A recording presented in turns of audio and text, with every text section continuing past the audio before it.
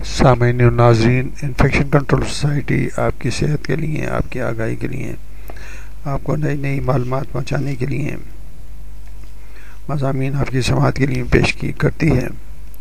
کچھ مضامین ایسے ہیں جو کہ عوام کے لیے بھی فائدہ پہنچا سکتے ہیں، عوام کو بھی فائدہ پہنچا سکتے ہیں، اور ہیلتھ کیئر ورکر بھی ان سے فائدہ اٹھا کر بہتر طریقے سے لوگوں کی خدمت کر سکتا ہے۔ اینٹی نیٹل کیئر کے بارے میں ہم آپ کو بتا رہے تھے، جس میں آبسٹریٹک ہسٹری کے بارے میں ہم نے آپ کو کچھ بتایا۔ اس کا دوسرا حصہ آپ کی سماعت کے لیے پیش کرنا چاہیں گے۔ اگر بار بار اور خود بخود مسکریج یعنی کہ اسقاط ہو رہا ہو تو اس کا مطلب یہ ہو سکتا ہے کہ عورت میں جینیاتی طور پر کوئی نقص، جینیٹک ایب نارملٹی ہے، اس کے ہارمونز کا بیلنس درست نہیں، یا پھر اس کے سروس کی کارکردگی ٹھیک نہیں۔ تشخیص ڈائگنوسس کا انحصار اکثر و بیشتر اس بات پر ہوتا ہے کہ اسقاط حمل کس موقع پر ہوا۔ حالیہ حمل میں اسکریننگ یا علاج کی ضرورت پڑ سکتی ہے، چونکہ عورت اسقاط حمل کے تجربے سے گزر چکی ہوتی ہے،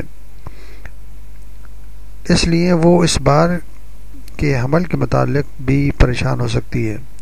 تاہم پچھلے اسقاط کی تاریخ گزر جانے کے بعد اسے اطمینان ہو جاتا ہے، کیونکہ اس کا حمل آگے بڑھ رہا ہوتا ہے۔ وہ حد سے زیادہ پریشان ہو کر اس کو اضافی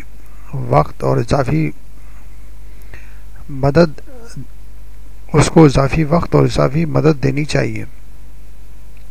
حمل کے دوران ہونے والی چھوٹی چھوٹی تکالیف حاملہ کو بے جا طور پر پریشان کر سکتی ہیں، اور حمل کے بارے میں خدشات کی وجہ سے اس کی گھریلو زندگی دشوار ہو سکتی ہے۔ اگر اسے فیٹس کی دل کی دھڑکن سنائی جائے یا اس کے الٹرا ساؤنڈ شکل دیکھے تو اس کے دل کو ڈھارس ملے گی۔ اس کے شوہر کے لیے بھی یہ تجربہ اچھا ہوگا۔ شوہر اسے سمجھا سکتا ہے کہ اس کی علامت نارمل ہے، اس لیے اسے گھبرانا نہیں چاہیے۔ بچے پیدا کرنے کے حوالے سے عورت کے تجربات کو بیان کرنے کے لیے مخصوص اصطلاحات گریویڈا اور پیرا استعمال کی جاتی ہیں۔ گریوڈ کا مطلب ہے کہ حامل، گریویڈا کا مطلب ہوا حاملہ عورت۔ اس کے ساتھ لگا ہوا عدد بتاتا ہے کہ وہ کتنی بار حاملہ ہوئی ہے۔ اس میں حمل کے نتیجے کا کوئی ذکر نہیں ہوتا۔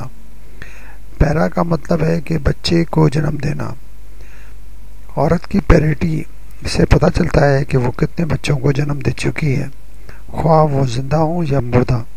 اس میں اسقاط شامل نہیں ہوتے۔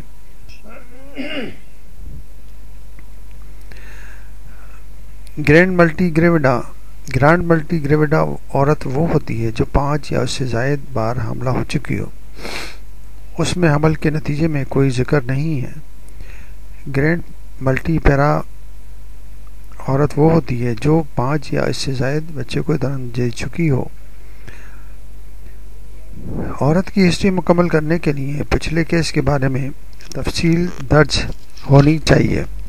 ممکن ہے کہ عورت کو پچھلے تجربات کے بارے میں ہر چیز یاد نہ ہو، اور آبسٹریٹکس یا میڈیکل سے متعلق تفصیلات اس کے لیے غیر اہم ہوں۔